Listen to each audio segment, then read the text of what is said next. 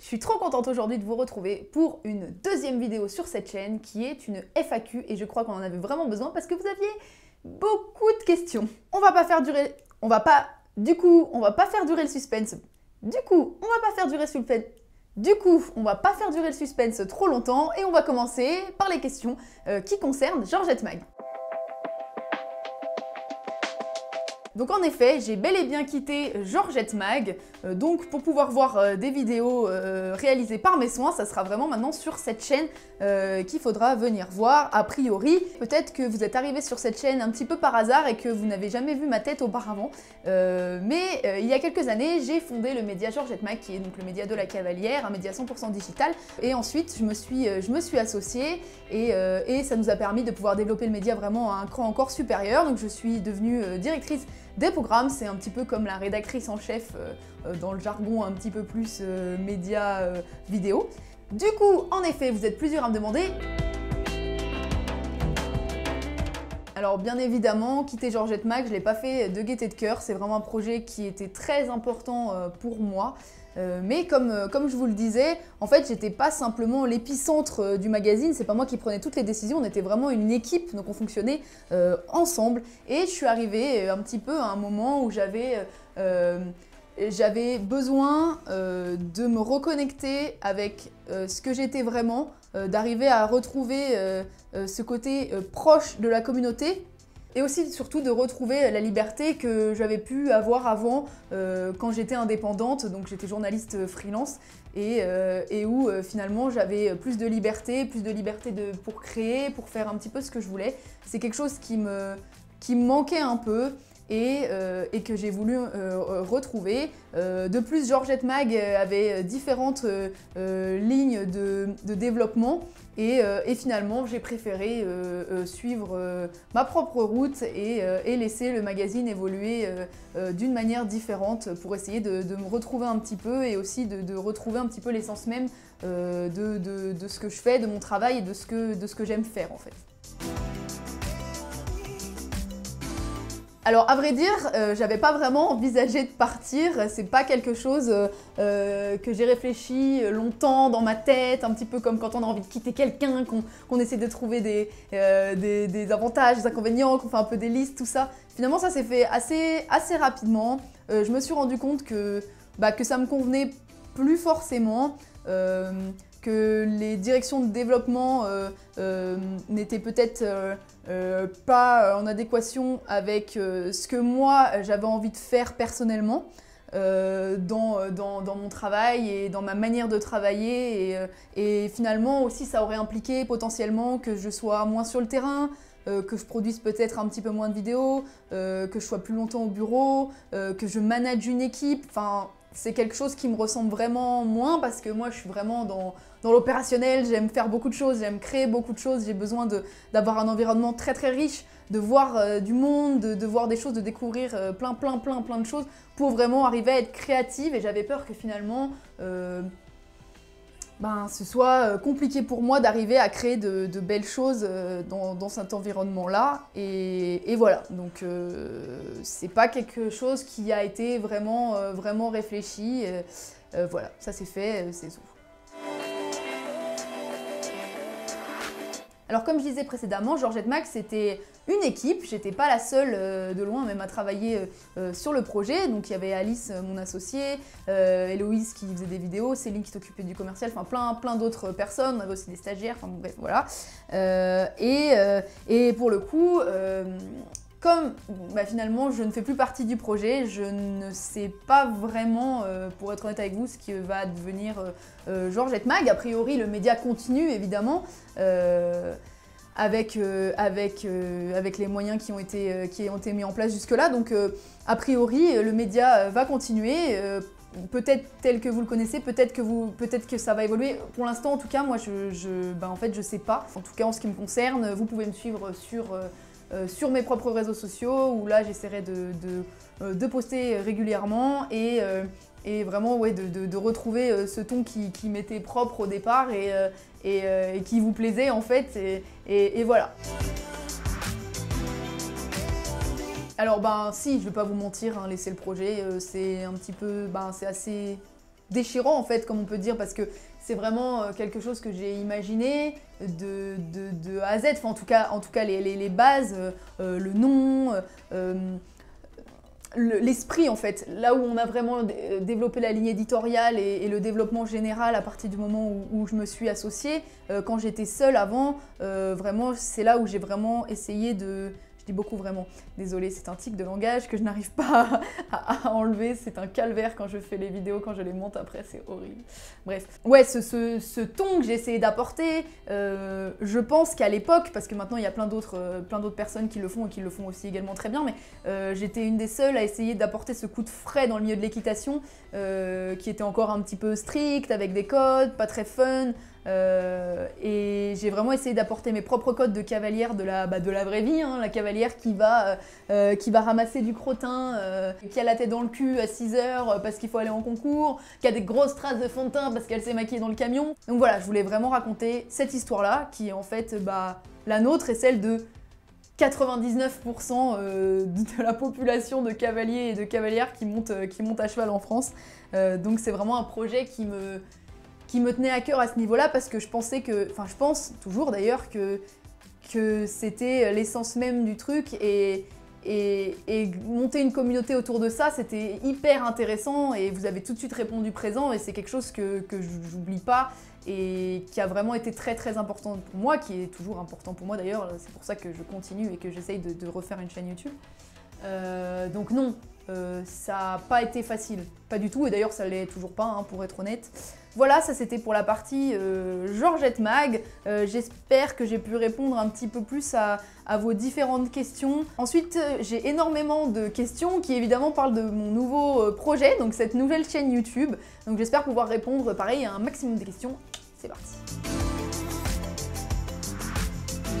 Alors pourquoi est-ce que vous êtes sur une chaîne qui s'appelle Amélie Von Ravioli? Ça n'a aucun sens pour les non-initiés de la communauté qui ne me suivaient pas avant, parce que mon nom de famille c'est Mouronval. Pourquoi est-ce que j'ai pas appelé tout simplement cette chaîne Amélie Mouronval, ou encore Amélie Situation, ou en fait Tivoli, son surnom c'est Tivoli le Ravioli. C'est arrivé à cause un jour d'un commentaire sur YouTube qui avait donc confondu son prénom Tivoli avec Ravioli, donc qui avait envoyé plusieurs commentaires YouTube en disant comment va Ravioli, qu'est-ce que tu vas faire avec Ravioli, et donc ça m'avait fait mourir de rire. Donc c'est resté Tivoli le Ravioli.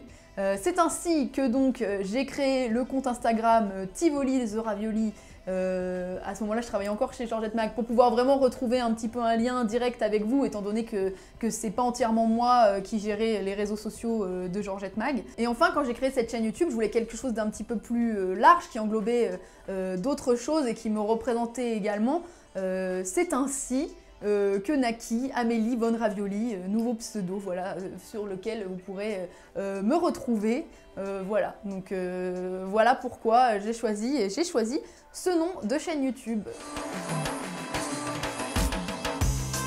Alors c'est une question qui est un petit peu compliquée, parce que en fait, pour tout vous dire, quand un salarié quitte une entreprise, que ce soit l'entreprise ou le salarié qui décide, d'autant plus dans le milieu des médias, par exemple dans le journalisme ou encore à la télé, ce genre de choses, souvent on met en place un contrat, une clause de non-concurrence.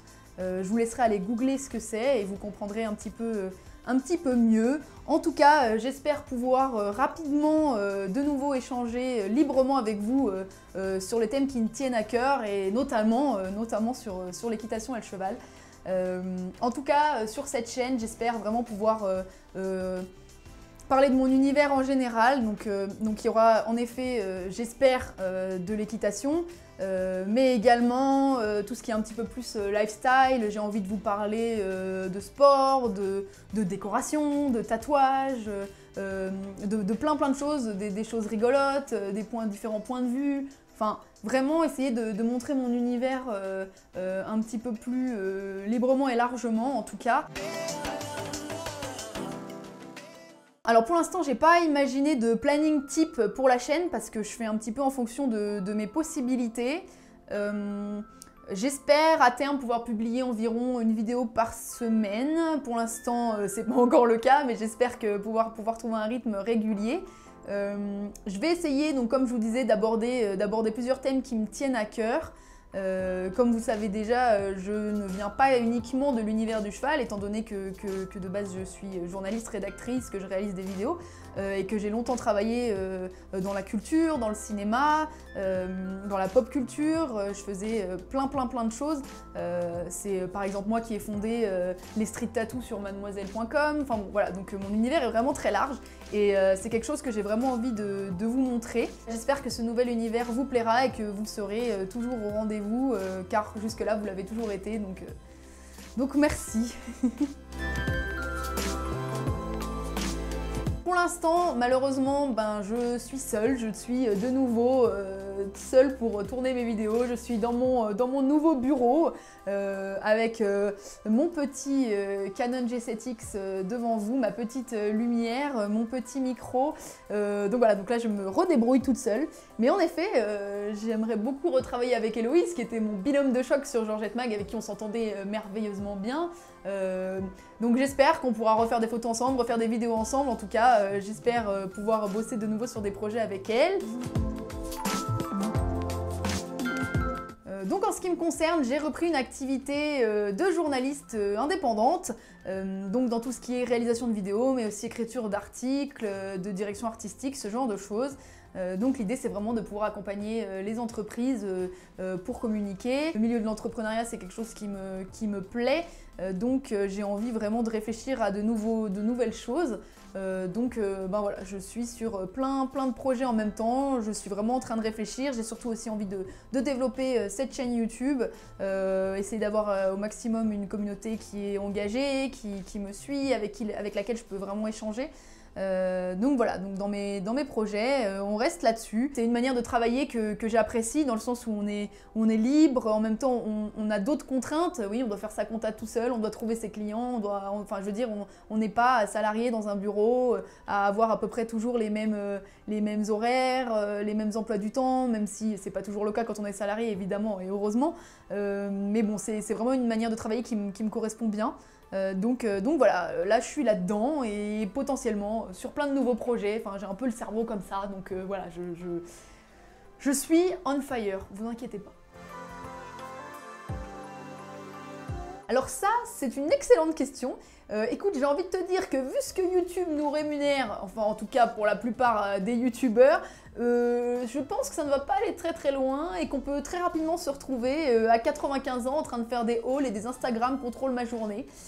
Voilà, je pense que en effet, ça va être très compliqué. D'ailleurs, en général, les youtubeurs, à part si on enlève vraiment les énormes youtubeurs mondiaux et français, je pense que c'est pas notre activité principale, loin de là, parce que bon, voilà, on vivrait absolument pas avec ce que YouTube nous rémunère. Surtout que les 3/4 du temps, les vidéos peuvent être très rapidement démonétisées. Il suffit qu'on parle un petit peu de trucs de filles, de trucs de corps, de cul, que là, pour le coup, YouTube, il est en mode encéphalogramme plat. Écoutez, cette question revient de moins en moins souvent. Alors, vous savez quoi? Je pense très sincèrement que je vais le faire. Cette fois-ci, croyez-moi, c'est la bonne. Je te jure que je ne blague pas. Les planètes sont alignées, ça arrive, peut-être. Alors ensuite, j'ai reçu énormément de questions un petit peu plus personnelles sur les chevaux, comment je gérais en ce moment, donc je vais finir par ça. Sur une note un petit peu plus détendue, donc voilà, c'est parti.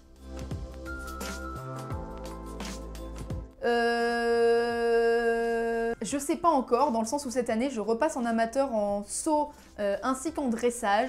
J'aimerais potentiellement, mais alors c'est vraiment très dans le potentiellement parlant, faire du hunter, donc pourquoi pas si je suis qualifiée, mais enfin pour l'instant c'est loin d'être le cas. En tout cas par contre je pense que j'irai faire un tour à la mode pour venir vous voir, parce que ça fait longtemps finalement qu'on s'est pas vu en vrai. Là c'est cool, on va pouvoir se revoir. En tout cas je vais reprendre les concours normalement si ce beau temps me permet de pouvoir remonter un jour mon poney, refaire des concours de saut, donc essayer de me remettre en amateur 3, puis potentiellement en amateur 2, et en dressage sur les mêmes épreuves. Alors ça c'est rigolo parce que vous êtes plusieurs à me poser la question. C'est vrai que vous pouvez voir souvent dans mes stories que Rock et Mirabel sont dans un box paddock et Tivoli est toujours séparé. En fait, c'est dû au fait que Tivoli est très territorial et dominant, et que Rock l'est aussi, donc ils s'entendent pas beaucoup. Surtout qu'en plus c'est un trio qui a une jument un petit peu en jeu, entre guillemets.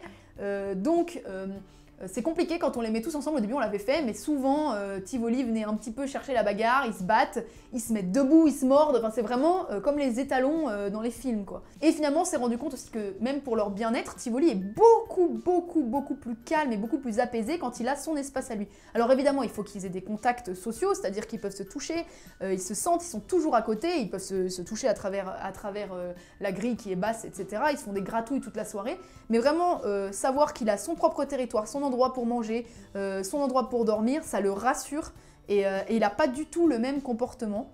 Donc c'est vraiment un choix qu'on a fait assez rapidement et ils s'en portent vraiment tous pour le mieux. Alors je vais répondre à cette question, mais il me semble assez évident quand on regarde cette vidéo que la réponse est le jaune fluo. Et contre toute attente, ma couleur préférée sur Tivoli, c'est également le vert, un petit peu un joli vert sapin là. C'est vrai que ça peut paraître un petit peu étonnant, surtout pour une cavalière qui a toujours fait du saut. Bon après j'ai jamais fait des saisons de concours à rallonge, j'aime beaucoup la compétition, mais je veux dire j'ai jamais eu l'occasion non plus de faire des grandes saisons, j'ai jamais eu de chevaux de compète pure, etc. J'aime faire différentes choses, je me lasse assez vite dans la vie même en général. Et donc après avoir fait plusieurs saisons de saut, j'ai l'impression d'être arrivée un petit peu au taquet entre guillemets de ce que je pouvais faire avec Tivoli. Tivoli c'est un super poney, enfin je l'aime mais c'est mon fils. C'est un poney que j'ai acheté dans un centre équestre, qui avait de bons petits moyens pour faire du saut, mais je veux dire c'est pas un poney de saut pur, c'est pas un poney de vitesse, c'est un poney qui s'applique beaucoup, qui saute tout en force, tout en... Donc je me suis mis un petit peu au dressage, j'ai essayé d'évoluer avec lui. Et il s'est pris au jeu, mais super rapidement. L'année dernière, il savait encore pas faire parfaitement de galop à faux. Alors sur une ligne courbe, ça allait, mais dès qu'on partait sur un 8 de chiffres, il changeait de pied. Tivoli, il est comme ça, il est dans le show, il aime être beau, il aime qu'on le pionte, il aime... Enfin, voilà, donc il a jamais été aussi épanoui que quand on a fait le modèle et l'allure au meeting des propriétaires, quoi. Là, c'était le show de sa life, quoi. En plus, je trouve que c'est vraiment une discipline qui nécessite de la discipline, justement.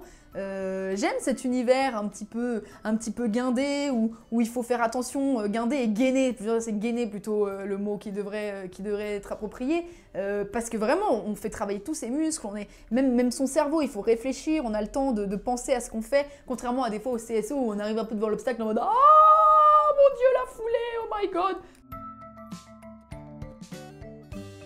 C'est pas super impressionnant, quoique quand on sait avec qui je l'ai fait, c'était plutôt du suicide. C'était 1m35 sur un énorme auxerre en bout de ligne avec Mirabel pendant une puissance. Il faut savoir que Mirabel fait 1m48, bon ça à la limite, voilà, mais il faut savoir que Mirabel c'est un fjord croisé arabe-barbe. Donc comment vous dire que niveau physique, on est sur un physique un peu lourd quoi. Bon voilà, après ça veut rien dire, je dirais pas qu'un percheron ne pourrait jamais sauter le Grand Prix 5 étoiles. Mais potentiellement, il faut avoir un peu de trip pour y aller, quoi, voilà. Enfin, en tout cas, moi, sauter haut, ça m'intéresse vraiment pas du tout. Je trouve que les puissances, c'est pas forcément un bon exercice. Qu'essayer de progresser jusqu'à ce que l'échec soit la finalité, c'est pas forcément une méthode de travail qui me plaît, moi, personnellement. Pour économiser le cheval, il faut savoir qu'un saut, c'est un saut. Donc il faut vraiment réfléchir à ce qu'on fait. Je pense que mon meilleur souvenir en concours, c'est la première fois que j'ai participé à la motte avec Rock. Alors j'en ai déjà parlé 1000 fois de ça, mais quand on est arrivé, déjà on s'est qualifié, mais à l'arrache, n'importe comment, on pensait même pas y aller, j'étais jamais allée à la motte du coup, donc je suis allée plutôt sur le tard. Ma première fois à la motte, je devais avoir 21, 23, quelque chose comme ça, je sais plus quel âge, mais en tout cas j'étais plutôt âgée. Et donc c'était ma première fois, c'était un peu mon rêve d'aller à la motte, un petit peu comme tous les cavaliers. Et donc là, y aller avec un cheval qui avait un gros passif, qui avait été blessé pendant longtemps, qui était destiné à la boucherie, étant donné que Rock est donc un cheval sauvé des courses de trot. Bisous le monde des courses. Mais oh là là, moi je connaissais pas la motte, j'avais pas vu, moi j'étais pas prête les gars pour tous les vélos, la poussière, les gens partout, les tentes et tout. Je me suis dit mais on va crever, vraiment on va littéralement crever. Et en fait, Rock a été le plus sage de la planète, mais genre méconnaissable. Genre, ça peut être un démon ce cheval, mais vous avez pas idée, c'est un démon. Et là, mais, le truc c'était un Shetland quoi. Finalement, de toutes les années que j'ai fait à la motte, et ben, figurez-vous que cette Club 2, je pense que c'était le parcours le plus technique que j'ai fait de ma vie. Il y avait des lignes courbes, il y avait des lignes en zigzag, il y avait une spa, il y avait 2 doubles, il y avait des foulées, mais de l'espace. C'était super compliqué. Alors c'était pas haut, il y avait des sous-vêtements partout. Des sous-vêtements, en effet, il y avait des soutifs sur les auxerres. Non, il y avait des sous-bassements partout. Enfin bon, je suis arrivée là, j'ai fait... Si on finit le tour, mais... Genre, alléluia, genre je sais pas ce que je vais faire, je vais prier tous les dieux qui existent, je vais payer le champagne à toutes les parcelles vertes, je sais pas ce qui va se passer, mais je vous dis là, j'étais voilà. Bref, on fait le tour et le cheval a jamais été aussi extraordinaire de sa vie. Il faut se dire quand même que sur toute la saison, il a dû me faire 300 fautes. Et là, le mec arrive, débarque, bam, bam, il débarque enfin, il déroule son truc, il saute comme un fou, tac, à ça débarque, nanana. On sort sans faute. Sur le dernier, je m'écroule littéralement sur son encolure en pleurs. Genre, j'ai gagné la Coupe du Monde, les gars, dans ma tête. Mais la Coupe du Monde. Je pense que j'ai répondu à toutes les questions, il me semble. J'ai fini tout ce qu'il y avait écrit sur mon petit cahier. Merci encore une fois pour toutes les questions que vous m'avez posées. N'oubliez pas de me retrouver sur Instagram. Bon, ces premières vidéos... en tout cas, celle-ci a été plutôt informative, mais je pense qu'elle était importante à faire parce que vous étiez vraiment beaucoup à vous poser plein de questions. Maintenant que les bases sont posées, je pense qu'on va pouvoir vraiment faire plein de choses ensemble. J'espère que la prochaine vidéo vous plaira en tout cas. Et voilà, je vous laisse sur cette petite note, positive. Et je vous dis à bientôt. Et n'oubliez pas, on ne porte jamais assez de verre dans sa vie. Jamais. Ok? Jamais. Et là maintenant je fais des têtes pour la miniature. Alors, vous aussi vous prenez pas de photos pour la miniature parce que vous avez un appareil photo de merde et qu'il vaut mieux faire en vidéo, comme ça vous voyez ce que vous faites. Mais si je mets ça, on peut pas laisser le texte. Comment on fait? Là j'ai l'air con. Hein. Oh, mon Dieu. Il n'est plus qu'à vous dire bye bye.